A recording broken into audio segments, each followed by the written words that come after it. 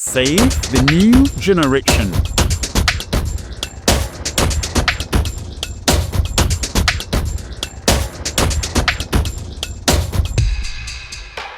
Hello, everyone. Welcome once again. My name is Hope Auger from C Digital Media in our project series called Save a New Generation. In today's episode, we'll be talking about positive peer influence and also building supportive friendship. So, with me today, I have two lovely guests who, by my right, I have a high school student by the name Cherish Kalev, who is from a supportive friendship group. Ms. Cherish, you're welcome. Thank you, ma. Also, I have a psychologist specializing in youth mentoring who goes by the name Mr. Philip Auger. Thank you, Mrs. So. You're welcome. So, without further ado, we'll be diving into our topic today, whereby I will be throwing the first question to Ms. Cherish Caleb. You being in school, how were you able to handle positive peer influence with your friends? What was your experience like? Okay. So my experience was, in school, there is a time that you'll be feeling down, feeling like not continuing, feeling like there is no hope. Sometimes you feel like you're wasting your time, feeling no self-esteem, all those kind of stuff.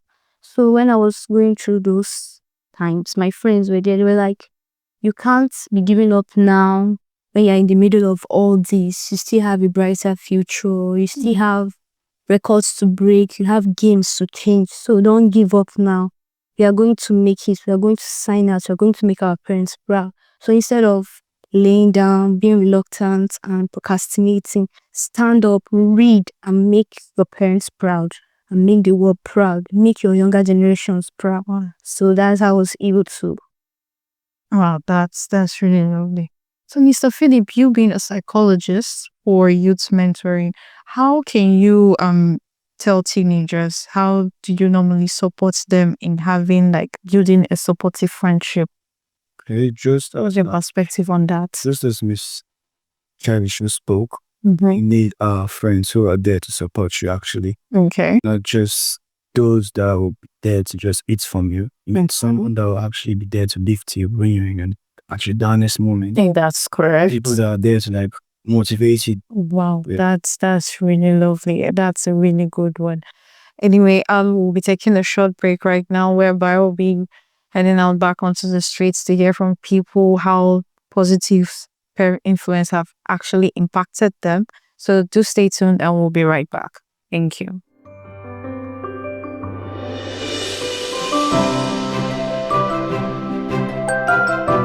Hello everyone, welcome once again. My name is Hope Auger from C Digital Media and on our street interview today for Save a New Generation. I have with me here today Elizabeth Daniel. Elizabeth Daniel. Wow, nice to meet you, Elizabeth. Thank So you. what exactly do you do, Lisa? Okay, I am a wedding and events content creator. I'm a spa owner. I do wellness, and then I'm a mom coach too, basically. Wow, that's lovely. Nice to meet you. You too. Okay, so I have a few questions that I'll be asking you. It's actually in regards to peer pressure and social influence. So the question actually goes like this. Can you share a time when a friend influenced you to make a good decision? Okay. Very recently, I remember someone telling me about her mom and how that her mom was one person that made sure that all her siblings grew up together in love, tried to unite their home. And in that conversation, I noticed that there are times when parents can spur their children to be apart. Oh wow. Yes, if you don't know, it happens. Okay. Yes, and that conversation made me to try to pull my siblings closer because there was something in the house at the time that was trying to break up Oh wow. siblings, like just pitch them against each other. other. So it actually that conversation of her mom passed, so she was telling me that in this place, if not because her mom has taught her that siblings are supposed to be, should have experienced sibling rivalry, especially with in-laws, and Oh wow. so I had to learn to fix the issue. Wow, that's lovely. So, what would actually be your advice now to our viewers out there that will be listening to you today? If you're a friend, I would advise that you always bring good virtues. Okay. When you're having conversation, share the good virtues. We tend to share negative stories a lot. Share those experiences and those good virtues that have shaped your life, and people will pick up from it. If you notice, oh, see me talking regular.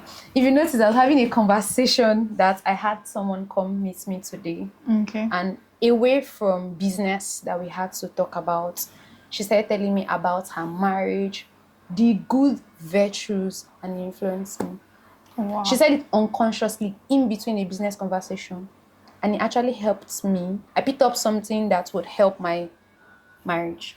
So whenever we share good stories, we share negative stories too much. When we Okay. share good stories, are blessing Okay. someone else. Okay, from there you can pick up and make a good decision.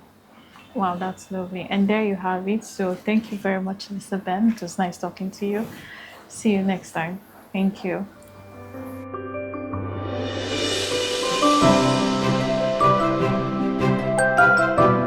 Welcome back, viewers, from our short break, whereby you've heard it on the streets where people were actually struggling with a lot of positive peer influence. Now, without further ado, based on what we've heard, we'll now be directing the questions now from our feedback to our two lovely guests over here. So, Miss Cherish, you're in a high school and you're also in a friendship supportive group. How are you like the leader there? How are you managing the group? How is the group actually impacting you? And how is it working for you so far? Okay, I'm not the leader, but the group has been helping a lot and we have been helping others in the sense that when it sees someone that is feeling low esteemed, someone that is struggling to, get back on their feet after everything they've been through, you don't judge them. Become very close to them, you walk with them, you see where they are lagging, you try to help them from that aspect and bring them into the light so that they can believe in themselves and start doing positive things. And that's how they keep growing till they become better and better. So yes, that's how it works. Wow, that's a really good one. But what about you, Mr. Philip? You being a psychologist, definitely people might have come, like walk up to you and tell you that they're facing this kind of problem. How would they be able to like come out of it, as in this is what they're facing. So definitely you mentoring, there might be a lot of students you might be mentoring, like talking to them. So do you like have few words that you can like just add on to what Miss Cherish has said right here? And just as Miss Cherish just said, which I can concur to that, you can't just push them away. You have to actually welcome them for who they are. Yeah. Attempt to understand them, like put yourself in their shoe, you get. Because we've all passed through that stage in our life. Definitely. So we just can't just discard them and say, okay, because they're acting like this, because they're like this, because they're like this, we have to like exclude them. And no, you have to bring them close, welcome them with open hands, try and get to know them, try and get to understand them. From there, you figure out the solution on how you solve their problem. Okay. So Yeah, that's true. But what if we have people that are actually shy? Definitely, there are people that might be having problems like in regards to peer influence, be it positive or negative. They might not know how to really talk to friends. They will be like just there feeling timid based on it, just listening to what people are saying, but they really want to express themselves. So how do you like get them to talk? that's where patience comes in. You have to be patient enough. You don't just have to like go straight to the point. That's why I say you have to like open them with welcome hands. So we have to be patient enough, get to tend to understand them. If you see they're shy, you have to take it at a slow pace. Yeah, that's true. Take it at a slow pace, get to know when they're going to be free to open up to you. Actually talk, because people who are shy behind, they talk a lot. Yeah, exactly. When you're in young groups, they are comfortable with saying that. We have to know when to just like enter their comfort zone and for them to like open up to you. So once they've opened up to you, by then that's when you now tend to get the solution and tend to like help them, advise them, tell them what to do and what not to do. Wow. Okay. That's a really lovely one. Thank you so much, Mr. Feeling. So, Mr. Cherish, do you have anything to add on to what he just said? Okay. Like he said, you don't push them away. Yeah, so I agree to what he's saying. You welcome them, you roll with them, you understand them. From understanding them, you get to see what's making them to go the negative way, and then you find a solution and help them out of it. So I think that's the way from bringing out people from the negative influence to the positive influence. Wow, that's lovely. So what's your advice now to our viewers out there? Like finding a supportive friendship group that would actually build them positively, but not in a negative way. Let them know that yes, they have this comfort, but they wouldn't know how to go about it. But at least just shed 1 or 2 lights so that they'll know how to. My advice to them, I would say, first off, you have to find someone who is willing to bring out your inner self, like friend who is willing to like bring out your inner, supports you positively. You get like, how will I explain it? Like you have a dream Yeah. when you're small, so sometimes like peer pressure tend to kill those dreams most of the time. Okay. And you have to forget about it. Yeah. So you have to find positive friends with like minds like yours, who actually bring back those dreams of yours, Yeah. make you focus and be like, okay, this is where I stand. This is where I'm supposed to like focus. This is how I'm supposed to like go regards to the whole stuff. And secondly, parents are still a big help here, Okay. because we have to, in times like this, when nobody's available to, like, you don't see a psychologist or a group to help you out, your parents Exactly. are a first choice to actually help you, because that communication, you have to have good communication with your parents. Exactly. They are gods, just like a family member said. Yeah. The parents supposed to be there. You have to have a good communication with them, tend to discuss with them.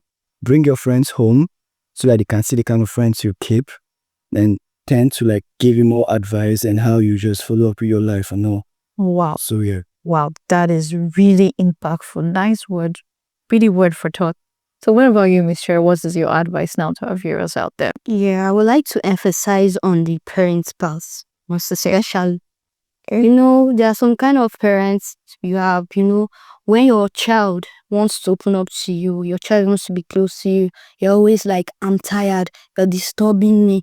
All your parents want is just for you to go to school, bring good grades, and make money. No, it's not done like that. You have to be close to your child.